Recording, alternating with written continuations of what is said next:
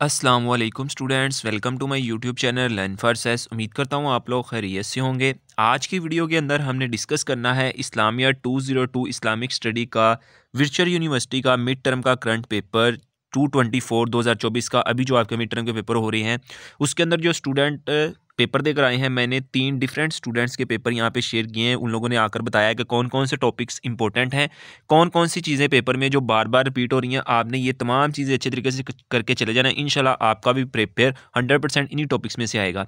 यहाँ पे मैंने डिफरेंट 3 बच्चों का पेपर यहाँ पे शेयर किया है। फर्स्ट स्टूडेंट क्या कहता है, फर्स्ट स्टूडेंट का हम पढ़ लेते हैं कि उसने क्या लिखा है यहाँ पे कि ये फर्स्ट स्टूडेंट का जब वो पेपर दे के आया तो उसने अपना शेयर किया कि उसको पेपर में क्या क्या चीज़ें आई थी। सबसे पहले वो कहता है इस्लामिया 2.0 मोस्टली पेपर हैंडआउट से था। ये मोस्टली पेपर हैंडआउट से था, उनको अच्छे तरीके से रीड कर लिया जाए तो हमारा यूट्यूब से कुछ लेक्चर लिए थे उसने।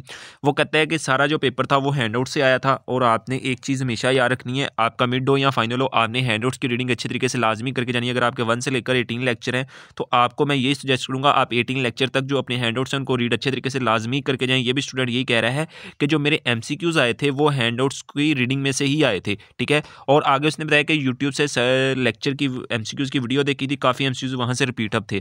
अब उसने यूट्यूब से कौन सी वीडियो देखी थी जिसके जो है ना क्विज रिपीट हुए हैं, वो क्विज 1 और क्विज 2 की थी, ठीक है।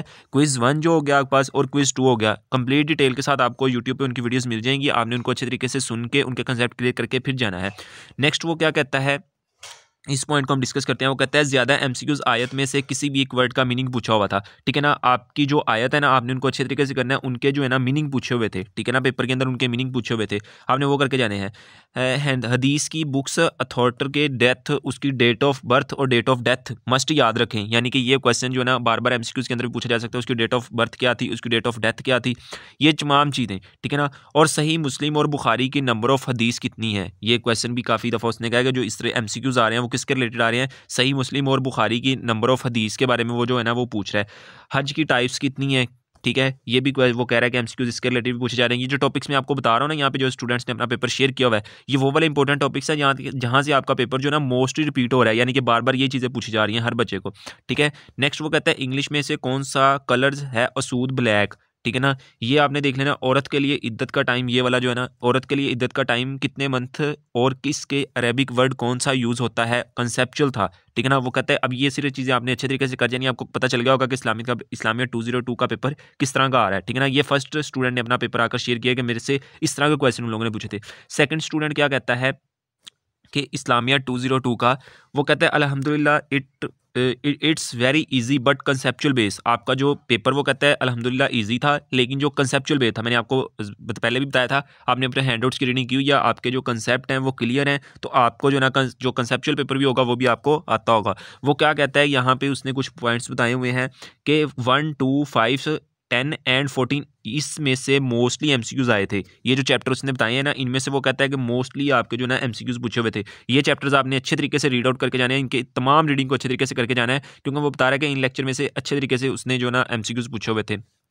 नेक्स्ट उसने क्या बताया हुआ है कि इस लाइन को हम रीड आउट करते हैं। वो कहता है कि मैं सुजेस्ट करती हूँ फाइल्स को रीड ना करें बिकॉज फाइल से एक MCQs भी नहीं आया था। यानी कि अब जो भी आपकी फाइल्स है ना, मैंने पहले भी बताया था, फाइल्स आपका एंड वाला ऑप्शन होता है, ठीक है ना। फाइल्स पे आपने तवज्जो नहीं देनी। इस्लामियत के क्विज जो हैं वो फाइल से नहीं आ रहे, किसी की लक पे डिपेंड करता है, किसी का पेपर जो है ना वो फाइल में से आ जाता है, लेकिन किसी का पेपर फाइल में से नहीं आता। अब ऊपर वाला इस स्टूडेंट का कहना ये है कि मेरा जो फाइल में से सिर्फ 1-2 MCQs रिपीट हुए थे, बाकी जो सब थे ना वो कंसेप्ट बेस पे थे और जो थे आपके रीडिंग में से थे। आपने रीडिंग को अच्छे तरीके से करना है ताकि आपके जो कंसेप्चुअल बेस पे भी आएँ और यहाँ हैंडआउट्स जहाँ से भी आएँ आपको MCQs कम से कम आते हो। आपने फाइल पे टाइम ज़ाया नहीं करना, यूट्यूब से क्विज 1 और क्विज 2 की वीडियो देख के अपने कंसेप्ट जो है ना क्लियर कर लेने हैं।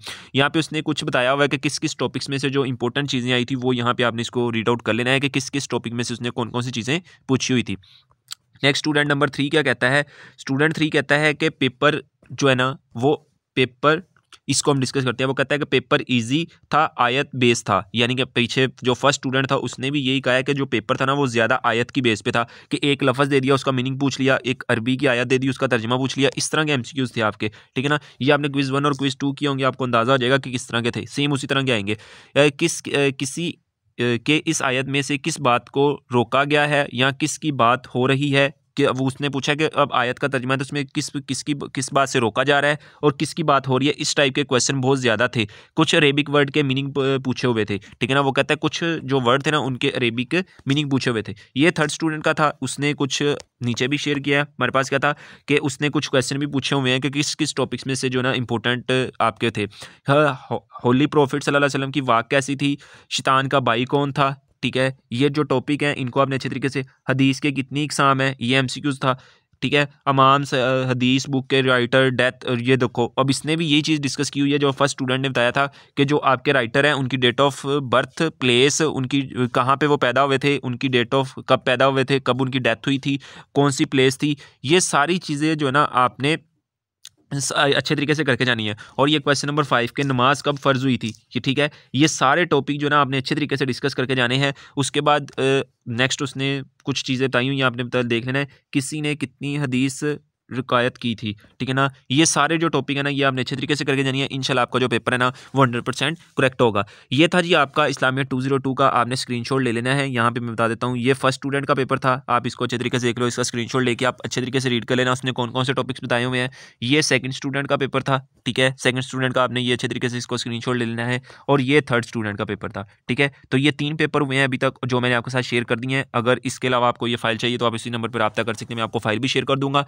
और अगर हमारे चैनल पे न्यू है तो जल्दी से चैनल को सब्सक्राइब करें, बेल आइकन को प्रेस कर लें। इंशाल्लाह इस तरह की तमाम इन्फॉर्मेटिव वीडियो आपको इसी चैनल पे देखने को मिलेंगी। और नेक्स्ट कौन सी बुक का आपको करंट पेपर चाहिए आपने कमेंट बॉक्स में जरूर बता देना है। जैसे ही वो बच्चे पेपर देकर आएंगे उनसे मैं पूछ के आपको यहाँ पे शेयर कर दूंगा। इंशाल्लाह मिलेंगे एक नई वीडियो के साथ। अगर आपने चैनल को सब्सक्राइब नहीं किया तो चैनल को सब्सक्राइब कर लें। इंशाल्लाह मिलेंगे एक नई वीडियो के साथ, तब तक अपना ख्याल रखिएगा। अल्लाह हाफिज़।